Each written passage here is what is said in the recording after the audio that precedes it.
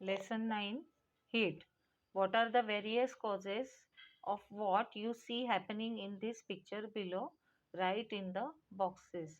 Observe and discuss.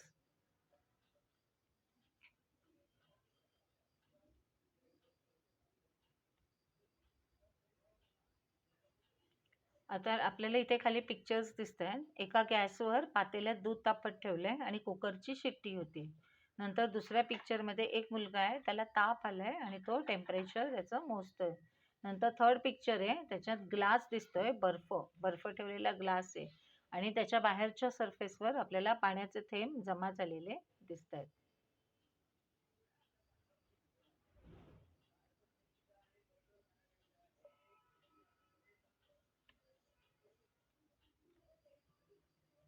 आता त्याच्यानंतर जे खाली पिक्चर आहे त्याच्यात काही लोक शेकोटीभोवती बसली आहेत आणि शेकोटीच्या मदतीने ते त्यांचे हीट मिळवत आहेत. नंतर खाली जे पिक्चर आहे त्याच्यात आपल्याला म्हैस आहे ती पाण्यात दुमताना दिसते. ट्राय दिस. रब your palms against each other and put them on your cheeks. What do you feel? आता तुमचं जे तळहात असतात ते तुम्ही एकमेकांवर घासा आणि मग ते तुमच्या गालावर ठेवा. तुम्हाला काय जाणवेल? तर तुम्हाला थोडं तुमचे हात गरम झालेले जाणवतील. We come to know from some properties of heat energy. We come to know some properties of heat energy from the examples in the pictures and the above and the above activity. We come to know some properties of heat energy from examples in the picture and above activity. आपल्याला आता तुम्ही जेव्हा तुमचे तळहात रब करता, घासता एकमेकांवर आणि तुमच्या गालावर तुम्ही हात लावता तेव्हा तुम्हाला थोडासा गरमपणा जाणवतो. आता याच्यावरनं तुम्हाला हीटची प्रॉपर्टी लक्षात येईल. The sun's heat has many effects. The sun's and uses. सनच्या आपल्याला जर सूर्याची उष्णता आहे त्याचे बरेच उपयोग असतात आणि त्याचे परिणाम सुद्धा होतात. How does the solar heat reach to the earth. आता सूर्याची जी उष्णता आहे ती अर्थपर्यंत कशी पोचते? What does the heat in the water heated to boiling slowly decrease. Why does the heat in the water heated to boiling slowly decrease. जेव्हा तुम्ही पाणी तापवता काही वेळाने ती पाण्यातली हीट असते किंवा पाणीचं गरमपणा का कमी होतं? Once it is taken off the flame. जेव्हा तुम्ही गॅस बंद कराल त्यावेळेला पाणी हळूहळू थंड का होतं? वेअर डज धिस हीट गो. आता ही जी पाणी गरम झालेली पाण्याची उष्णता असते ती कुठे जाते? The moisture in the air cools down due to the ice cubes in the glass and collects outside of the glass. The moisture in the air. आता काय होतं जेव्हा बर्फ तुम्ही ग्लासमध्ये ठेवता तेव्हा आजूबाजूच्या ग्लासच्या आजूबाजूची हवा असते ती काय होते? थंड होते आणि ग्लासच्या बाहेरच्या साईडला जमा होते. त्यामुळे तुम्हाला ग्लासच्या बाहेरच्या साईडला ड्रॉप्स दिसतात पाण्याचे. A thermometer is use to measure the temperature of a substance. कोणत्याही गोष्टीचं जर टेम्परेचर मोजायचं असेल तर थर्मोमीटरचा वापर करतात. We have already studied the changes in the state of matter caused of heat. When we take a hot object in the vicinity of cold one and the cold object becomes warm and the hot one becomes cooler. When we take hot object in the vicinity of cold one. जेव्हा एखादा गरम पदार्थ तुम्ही थंड पदार्थाच्या सान्निध्यात जर नेलात, the cold object becomes warm. तो थंड पदार्थ काय होतो? त्याच्या सान्निध्यात आल्यामुळे गरम होतो आणि जो गरम पदार्थ असतो तो काही असा होतो तो थंड होतो. From this we can infer that the heat is transferred from a hot body to a cold body. आता जेव्हा तुम्ही गरम पदार्थ होता तो तुम्ही थंड पदार्थाच्या जवळ आणलात तर काय झालं?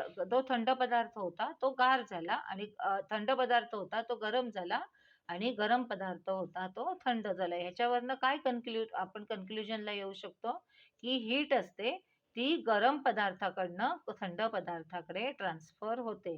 Transfer of heat means the flow of heat from one place to another. Transfer of heat म्हणजे काय? तर हीट असते ती एका पदार्थाकडून दुसऱ्या पदार्थाकडे ट्रान्सफर होते किंवा एका जागेहून दुसऱ्या जागी ती ट्रान्सफर होते. आता इथे एक्सपेरिमेंट दाखवली आहे. Apparatus, bars of stainless steel, aluminium, copper, a candle, a burner, pins etcetera. Apparatus म्हणजे आता ह्याला काय सामान लागणार आहे? तर bars of stainless steel, stainless स्टीलचे बार्स हवेत आपल्याला, ॲल्युमिनियमचे बार्स हवेत आणि कॉपरचे बार्स हवेत. नंतर एक कॅन्डल, अ बर्नर, एक शेगडी हवी आणि पिन्स हव्यात. प्रोसिजर, आता कसं कृती करायची? टेक स्टेनलेस स्टील और आयर्न बार, एक स्टेनलेस स्टील किंवा लोखंडी बार घ्या. कॉपर अँड ॲल्युमिनियम बार्स, एक तांब्याचा आणि एक ॲल्युमिनियमचा बार घ्या. इच अबाउट 30 सेंटीमीटर लॉंग, प्रत्येकी ते तिन्ही जे बार आहेत त्याची प्रत्येकाची उंची किती हवी, प्रत्येकाची लांबी किती हवी, तर 30 सेंटीमीटर हवी. And having the same shape, आणि त्यांचा आकार सुद्धा सेम असायला हवा. Apply wax spots with the help of candle at a distances of 2 centimeter from each other on the all three bars. आता काय करायचं? मेणबत्तीच्या मदतीने ते जे ते 3 बार्स आहेत, एक कॉपरचा, स्टीलचा आणि ॲल्युमिनियमचा 3 बार्स आहेत, त्याच्यावर 2-2 सेंटीमीटरच्या अंतरावर तुम्ही वॅक्स किंवा मेणाचे ड्रॉप टाकायचे त्याच्यावर. Stick a pin in each of the spots. आता ते प्रत्येक मेणाचे जे ड्रॉप तुम्ही टाकले त्याच्यावर प्रत्येकावर एक एक पिन तुम्ही लावा. So that it is upright, अशी लावा की ती पिन उभी राहायला हवी. Now insert the ends of all these 3 bars into a flame at the same time. आता हे जे तिन्ही बार आहेत ते तुम्ही खाली बर्नरच्या फ्लेमवर तुम्ही ते ठेवा. And observe for a while. आता तुम्हाला इथे दिसतंय पिक्चरमध्ये एक शेगडी आहे, त्याच्यावर शेगडी पेटवलेली आहे आणि त्याच्या शेजारी मेणबत्ती आहे. तुम्हाला एक त्याच्यात ट्रायपॉड किंवा एक तिपई दिसते. त्याच्यावर काय ठेवलेले आहे? ते बार्स ठेवलेले आहेत. एक ॲल्युमिनियमचा, कॉपरचा आणि स्टीलचा, असे 3 बार ठेवलेले आहेत. नंतर बर्नरच्या मदतीने आता ते जे 3 बार्स आहेत त्याच्यावर 2-2 सेंटीमीटरवर मेणाचे ड्रॉप्स टाकलेत आणि तिथे पिन्स आहेत त्या उभ्या ठेवलेल्या आहेत. आणि आता बारचा जो एक टोक आहे, तिन्ही बार्सचं जे एक टोक आहे तिथे बर्नरच्या मदतीने उष्णता द्यायला सुरुवात केली आहे. What do you see? From which bar do you pins start falling first and why? Pins fall starting from the end near the burner. आता कुठल्या पिन्स आहेत त्या फर्स्ट खाली पडायला सुरुवात होईल. तर कुठल्या होतील? तर बर्नरच्या वरती जे टोक आहे, बर्नरच्या वरती ज्या सळ्यांचं किंवा बार्सचं जे टोक आहे तिथल्या पिना प्रथम पडायला सुरुवात होईल. Pins fall starting from the end near the burner. It means that transfer of heat takes place from the hot end of the bar to the cold end. याच्यावरनं काय निष्पन्न होतं? तर जी उष्णता असते, उष्णता असते, transfer of heat takes place from hot end. आता बर्नरच्या वरचं जे बार्सचं जे टोक होतं ते लवकर प्रथम गरम होईल. तिथून उष्णता प्रथम गरम व्हायला सुरुवात होते. तिथले बार्सचं ते टोक आहे ते प्रथम गरम व्हायला सुरुवात होते आणि तिथून उष्णता वाहत वाहत बार्सच्या दुसऱ्या टोकाकडे जाते. त्यामुळे प्रथम बर्नरच्या जवळच्या पिना प्रथम पडायला सुरुवात होईल, त्याच्यानंतर त्याच्या पाठीमागच्या पडतील, त्याच्यानंतर त्याच्या पाठीमागच्या चढतील आणि सर्वात शेवटी दुसऱ्या टोकाच्या पिना पडतील. This transfer of heat from the hot part of an object to the cold part is called conduction of heat. आता conduction of heat म्हणजे काय? तर transfer of heat from hot part of an object. एखाद्या वस्तूचा जो गरम part असतो तिथून उष्णता थंड पार्टकडे वाहत जाते. याला कंडक्शन ऑफ हीट असं म्हणतात. The pins on the copper bar start falling first. आता पहिल्यांदी पिना कुठच्या पडतील? तिथे 3 बार्स आहेत. एक ॲल्युमिनियम किंवा आयर्नचा आहे, दुसरा कॉपरचा आहे आणि तिसरा ॲल्युमिनियमचे बार्स आहेत. आता प्रथम कॉपरचा बार आहे त्यातल्या पिना प्रथम पडायला सुरुवात होईल. The pins on the steel bar fall comparatively late. त्याच्यानंतर थोडंसं उशिरा स्टील बारवरच्या पिन्स पडतील.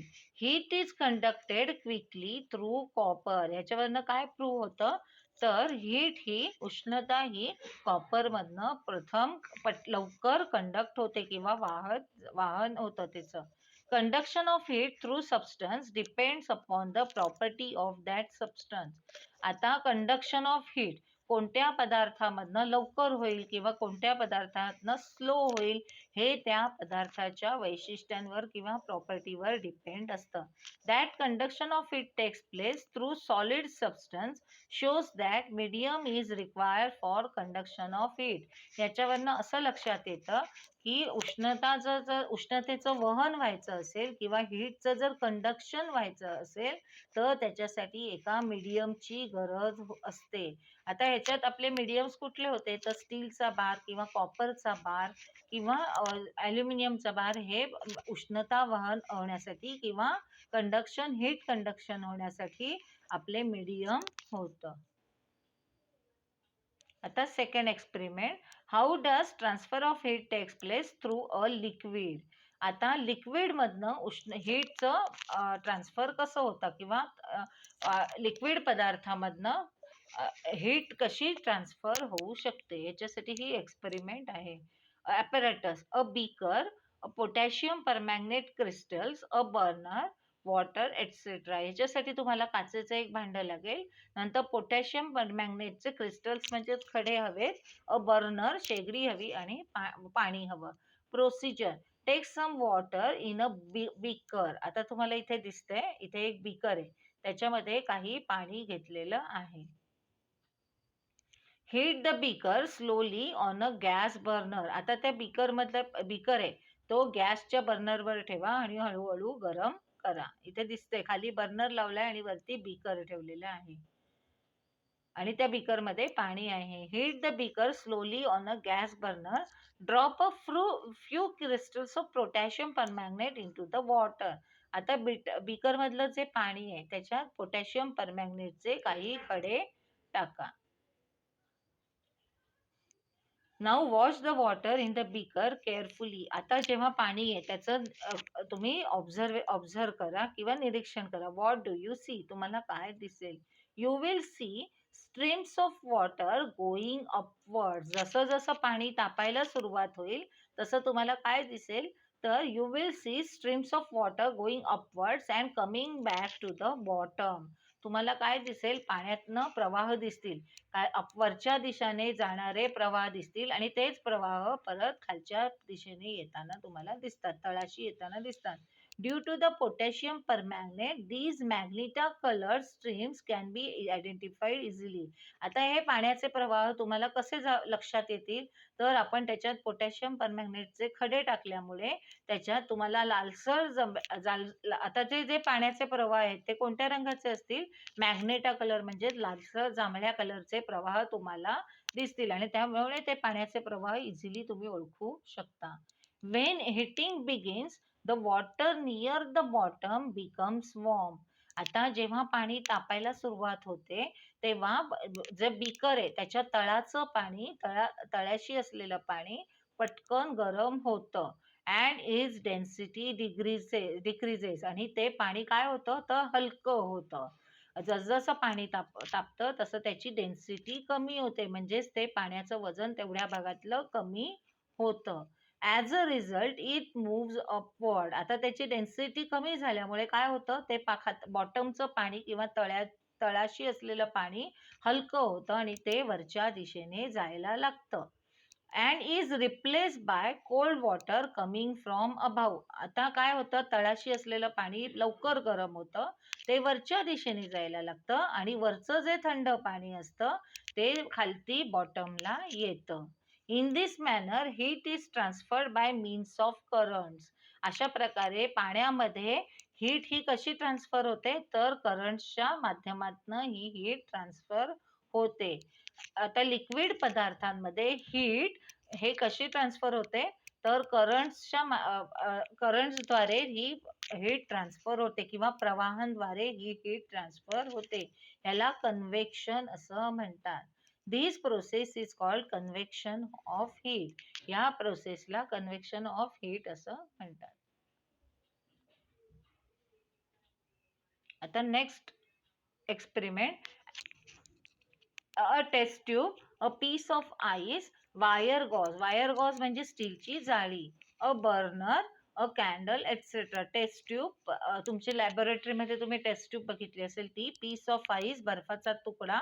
वायर गॉज म्हणजे स्टीलची जाळी. A burner and a candle etcetera. Procedure. Take some water in a test tube. एका टेस्ट ट्यूबमध्ये तुम्ही पाणी घ्या. इथे तुम्हाला दिसेल टेस्ट ट्यूबमध्ये पाणी घेतलेलं आहे. नंतर wrap a piece of ice in a wire gauze. आता जो बर्फ आहे तो काय करायचा, स्टीलच्या नळीमध्ये तो रॅप करायचा किंवा त्याच्या भोवती गुंडाळायचा. इथे तुम्हाला दिसतंय टेस्ट ट्यूब मध्ये बर्फ टाकलाय आणि त्याच्या भोवती जाळीने तो कव्हर केलेला आहे बर्फ. It will sink. आता wrap a piece of ice in a wire gauze and drop it into the test tube. आता जो बर्फ आहे तो स्टीलच्या जाळीमध्ये तुम्ही कव्हर करा आणि तो तुम्ही टेस्ट ट्यूब मध्ये टाका. आता तो बर्फ आहे तो कुठे जाईल, तर टेस्ट ट्यूबच्या तळाशी जाईल. It will sink to the bottom. तो टेस्ट ट्यूबच्या तळाशी बुडेल. Now using a test tube holder, hold the test tube at a slant as shown in the picture. आता काय करायचं, तर ते टेस्ट ट्यूब आहे ती होल्डरच्या मदतीने पकडायची आणि जी बर्नरची जी फ्लेम आहे त्याच्यावर ही टेस्ट ट्यूब तिरकी धरायची. Heat the upper part of the test tube. आता टेस्ट ट्यूबचा जो वरचा भाग आहे, प्रथम वरचा भाग तुम्ही गरम करा किंवा वरच्या भागाजवळ तुम्ही फ्लेम धरा. Stop heating when the water starts boiling. आता त्या टेस्ट ट्यूब मधलं पाणी जेव्हा उकळायला लागेल तेव्हा तुम्ही हिटिंग करणं थांबवा किंवा त्याला उष्णता देणं थांबवा. Observe the piece of ice at the bottom. त्याच वेळेला तुम्ही बर्फाचं जे टेस्ट ट्यूबच्या तळाशी जो बर्फ होता त्याचं निरीक्षण करा. Observe the piece of ice at the bottom. The heat does not reach the bottom even though the upper part is heated. आता ह्याच्यावरनं तुमच्या लक्षात येईल की हीट होती तर आपण टेस्ट ट्यूबच्या वरच्या भागाशी उष्णता दिली होती, पण ती उष्णता होती ती तळाला जात नाही. जरी टेस्ट ट्यूबच्या वरच्या भागाला उष्णता दिली असेल तरीही ती उष्णता तळाशी जात नाही, टेस्ट ट्यूबच्या तळाशी जात नाही. How does this happen? The density of water. आता हे कसं काय घडू शकतं? The density of water decreases due to heating. आता जेव्हा तुम्ही पाण्याला उष्णता देता तेव्हा त्याची डेन्सिटी कमी होते. Therefore it cannot sink and the process of convection does not occur. त्याच्यामुळे काय होतं, the density of water decreases due to heating, therefore it cannot sink. त्यामुळे ती बुडू शकत नाही. And the process of convection does not occur. त्याच्यामुळे त्याच्यामध्ये उष्णतेचं वहन होत नाही, कन्व्हेक्शन होत नाही. Light a candle and stand it upright. आता एक मेणबत्ती घ्या आणि ती सरळ धरा. Hold your hands on it two sides at the same distance from the candle. आता तुम्ही काय करा, तुमचे दोन्ही हात आहे ते मेणबत्तीपासनं एकसारख्या अंतरावर धरा. Hold your hands on it two sides. जी मेणबत्तीची जी ज्वाला आहे किंवा फ्लेम आहे त्याच्या दोन्ही साईडला सेम डिस्टन्सवर तुमचे हात धरा. Bring them closer. आणि हळूहळू तुम्ही जवळ आणा ते. What do you feel? Have you warm yourself near a bonfire or in the morning sun in winter? तुम्ही कधी बोन फायर किंवा शेकोटी असते त्याच्याभोवती स्वतःला ऊब दिली आहे का? किंवा मॉर्निंग सनच्या उष्णतेमुळे तुम्हाला ऊब मिळाली आहे का? The sun is millions of kilometre away from us. आता सूर्य आहे तो मिलियन्स ऑफ किलोमीटर आपल्यापासून दूर आहे. There is no air between the sun and the earth. आता सन आणि अर्थ याच्यामध्ये एअर नाहीये किंवा हवा नाहीये. The earth atmosphere is only a thin layer of air close to the earth. आता सूर्य आणि पृथ्वी याच्यामध्ये हवा नाहीये. आता अर्थवरचं जे वातावरण असतं किंवा ॲटमॉस्फिअर असतं याचा एकच अर्थ भोवती एक पातळ लेअर असतो, लेअर किंवा त्याच्या भोवती आवरण असतं. अर्थच्या काही अर्थच्या भोवती ॲटमॉस्फिअरचं आवरण असतं किंवा वातावरणाचं आवरण असतं, पण पृथ्वी आणि सनच्या मध्ये एअर नसतो. Then how does the heat of the sun reach us? मग आता हीटला जर वाहून यायचं असेल, हीटचं वहन व्हायचं असेल, तर त्याला मीडियमची गरज असते. तर आपल्या भोवती मीडियम नसताना कसे काय पोहोचू शकते सूर्याची उष्णता? This heat is transfer in the absence of any medium. आता सूर्य आणि पृथ्वी याच्यामध्ये कुठलंच माध्यम नसताना सुद्धा हीट आपल्यापर्यंत पोचते. आता हे कसं काय होऊ शकतं? तर the transfer of heat that takes place in this way. आता कशी होते? तर without a medium is called radiation. आता हीटची ट्रान्सफर विदाउट मीडियम होतं किंवा माध्यम नसताना सुद्धा हीट ट्रान्सफर होते, याला रेडिएशन असं म्हणतात. In the two examples above, heat reaches us mainly by radiation. आता वरचं जे एक्झाम्पल होतं, ह्याच्यात हीट कशी ट्रान्सफर आपल्यापर्यंत पोचली? तर रेडिएशन थ्रू पोचली.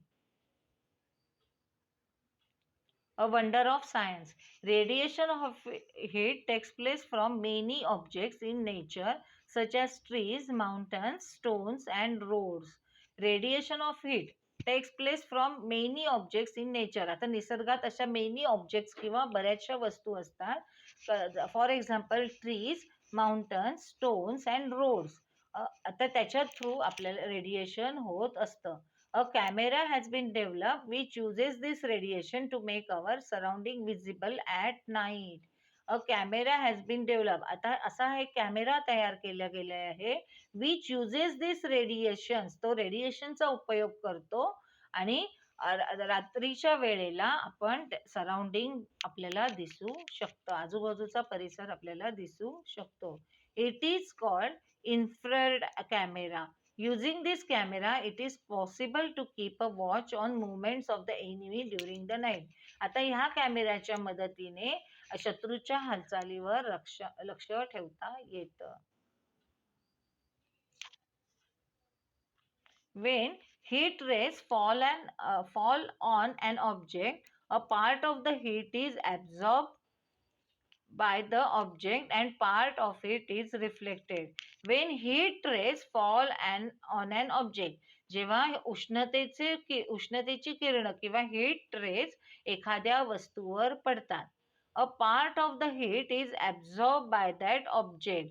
आता ती हीट आहे त्यातला काही पार्ट तो ऑब्जेक्ट ॲब्झॉर्ब करतो किंवा शोषून घेतो आणि उरलेला जो पार्ट असतो तो रिफ्लेक्ट होतो, म्हणजे परत पाठीमागे फिरवला जातो किंवा परावर्तित होतो.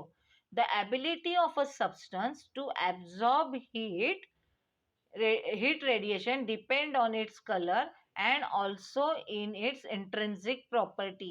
आता एखादा पदार्थ आहे तो किती हीट ॲब्झॉर्ब करेल किंवा किती उष्णता शोषून घेईल हे कशावर डिपेंड असतं? तर त्या पदार्थाच्या कलरवर किंवा सबस्टन्सच्या कलरवर डिपेंड असतं. अँड त्याच्या इंट्रेन्सिक प्रॉपर्टी, त्याच्या आतील जी वैशिष्ट्य असतात त्या पदार्थाची, ह्याच्यावर तो पदार्थ किती उष्णता शोषून घेईल हे ठरलेलं असतं. Apparatus. 2 aluminium tins of same size, 2 small glasses, water thermometer, black paint etcetera. आता इथे परत एक्सपेरिमेंट आहे. याच्यासाठी 2 ॲल्युमिनियमचे डबे ऑफ सेम साईज, एकाच साईजचे 2 ॲल्युमिनियमचे डबे, 2 स्मॉल ग्लासेस, 2 छोटे glass, water, thermometer, black paint etcetera ह्याची गरज आहे. Procedure. Paint the outer surface of tin with black paint. आता तुमच्याकडे जे ॲल्युमिनियमचे डबे आहेत त्यातल्या एका डब्याला काळा रंग द्या. त्याच्या बाहेरचा जो पृष्ठभाग आहे किंवा आउटर सरफेस आहे त्याला ब्लॅक पेंट करा. अँड लेट इट ड्राय, आणि तो सुकवा. Then in both tins place one glass each filled with water at the same temperature. आता काय करायचं? आता हे जे दोन्ही डबे आहेत, एक काळ्या रंगाने रंगवलेला आणि दुसरा ॲल्युमिनियमचा दुसरा डबा, ह्याच्यामध्ये एक एक ग्लास ठेवा आणि प्रत्येक ग्लासामध्ये सेम टेम्परेचरचं पाणी ठेवा किंवा समान तापमानाचं पाणी असलेले ग्लास या दोन्ही डब्यांमध्ये ठेवा. Cover this tins with lids. आता हे जे डबे आहेत इक्वल समान तापमान असलेले जे ग्लास तुम्ही ठेवाल, आता ते ग्लास तुम्ही ते डबे आता तुम्ही झाकून ठेवा. झाकणाने झाका. Keep them in the sun for 2 hours. आता हे जे डबे आहेत त्या डब्यामध्ये तुम्ही ग्लासात पाणी भरलेलं असेल ते तुम्ही उन्हात ठेवा 2 तासांसाठी. Now measure the temperature of the water in the glasses in the 2 tins. आता तुम्ही काळा रंग असलेल्या डब्यातलं पाणी आणि ॲल्युमिनियम साध्या डब्या व्हाईट सरफेस असलेल्या किंवा ॲल्युमिनियमच्या डब्यातल्या ग्लासातलं पाणी ह्याचं तुम्ही टेम्परेचर मोजा. What is the reason for the difference in the temperature. आता ते दोन्ही ग्लासातलं पाणी आहे ते इक्वल प्रपोर्शनमध्ये गरम होणार नाही. आता त्याच्या मागचं काय कारण असेल. आता good and bad conductor of heat.